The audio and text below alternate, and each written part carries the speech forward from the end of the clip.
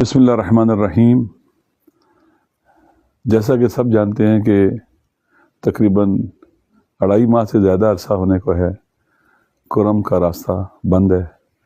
لوگ وہاں پر اس وقت سیج میں ہے، گویا قیدی بن چکے ہوئے ہیں۔ 3 طرف سے افغانستان ہے، وہ راستے بھی بند ہیں، اور ایک طرف سے پاکستان ہے، وہ بھی راستہ بند ہے۔ وہاں پر مشکلات ہیں لوگوں کی۔ ہزاروں لوگ جو اوورسیز ہیں وہ پھنسے ہوئے ہیں، وہ باہر نہیں جا سکتے، باہر جو لوگ اندر نہیں آ سکتے، حتیٰ جنازے لوگوں کے باہر پڑے وہ گھر نہیں لے جا سکتے دفن کرنے کے لیے۔ جو بچے سکولوں میں پڑھتے ہیں وہ سکولوں میں نہیں جا سکتے، پٹرول نہیں ہے، ڈیزل نہیں ہے، وہاں پر بینکوں میں پیسے نہیں ہیں۔ مشکلات ہیں لوگوں کی، زندگی اجیرن بن چکی ہے، ایک قید خانہ بن چکا ہے یہ خوبصورت علاقہ۔ یہاں پر کوئی شیعہ سنی مسئلہ نہیں ہے، راستے بند ہیں، یہ انسانی مسئلہ ہے۔ اور ایک ڈسپیوٹ بھی اگر زمینوں کے ہیں تو شیعہ سنی مسئلہ نہیں ہے، وہاں شیعوں میں بھی ہیں، دوسروں میں بھی ہیں، آپس میں اس کو کبھی شیعہ سنی نہ کہا جائے۔ جس کو شیعہ سنی بناتا ہے وہ نہ پاکستان کا وہ فائدہ کرتا ہے، نہ وہ اسلام اور دین کے فائدے میں کوئی کام کرتا ہے، بلکہ نقصان پہنچاتا ہے اسلام کو، دین کو، وطن کو، انسانیت کو۔ لہذا اس وقت پاڑا چنار کے مظلوموں کے اور کورم ضلع کے مظلوموں کے جو حمایت میں، جو سیج میں، جن کا جنگوں سے بھی تعلق نہیں ہے، وہ عام بچے، وہ خواتین، وہ بچے، وہ اسکولوں کے لڑکے، وہ اسٹوڈنٹس، وہ سیج، ان کا کیا تعلق ہے لڑائیوں کے ساتھ؟ وہ وہاں پھنسے ہوئے ہیں، اور ان کی حمایت میں پاکستان سمیت دنیا میں احتجاج ہو رہا ہے۔ احتجاج راستے کھلوانے کے لیے، راستے بند کرنے کے لیے نہیں ہے۔ لہذا اگر پاکستان میں کہیں بھی، مجھے پتہ چلا ہے کہ کراچی میں بعض جگہوں پر راستے بند کیے گئے ہیں۔ راستہ بند کرنا گناہ ہے، لوگوں کو تکلیف دینا گناہ ہے۔ ہم نے راستہ کھلوانے کے لیے دھرنا دیا ہے، راستے بند کرنے کے لیے نہیں دیا ہے۔ لہذا میری گزارش ہے جہاں کہیں بھی اس طرح کا مسئلہ ہے اسے فوراً ختم کیا جائے۔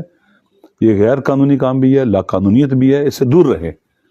آپ کو معلوم ہے کہ لا آف لینڈ کو وائلیٹ کرنا گناہ ہے۔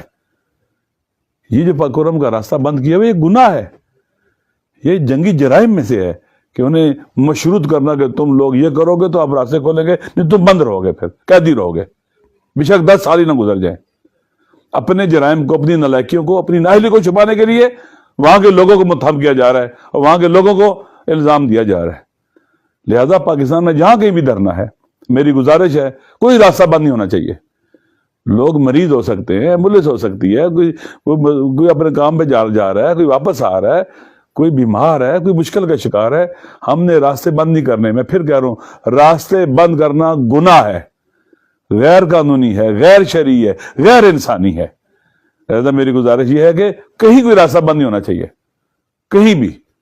اگر کوئی مظلوموں کا ساتھی ہے، راستہ بند کرنے والوں کے خلاف سٹینڈ لے رہا ہے، اسے راستے بند نہیں کرنے چاہیے، اور جو راستہ بند کر رہا ہے پھر اس کا تعلق ہمارے ساتھ نہیں ہوگا، کیونکہ ہم کسی لا قانونیت کو قبول نہیں کرتے۔ ہم پاکستان میں ہمیشہ سے احتجاج کرتے آئے ہیں، کبھی قانون کو اپنے ہاتھ میں نہیں لیا، دھرنے دیے ہیں مصالحت محض، بلکہ پاکستان میں احتجاج کرنے والوں کے لیے رول ماڈل بنے ہم لوگ، تاکہ پاکستان والوں کو بتائیں کہ احتجاج کیا جا سکتا ہے، اپنے حقوق کے لیے آواز اٹھائی جا سکتی ہے، پرامن بھی رہا جا سکتا ہے، اور سیولائز اور کلچر طریقے سے کیے جا سکتے ہیں۔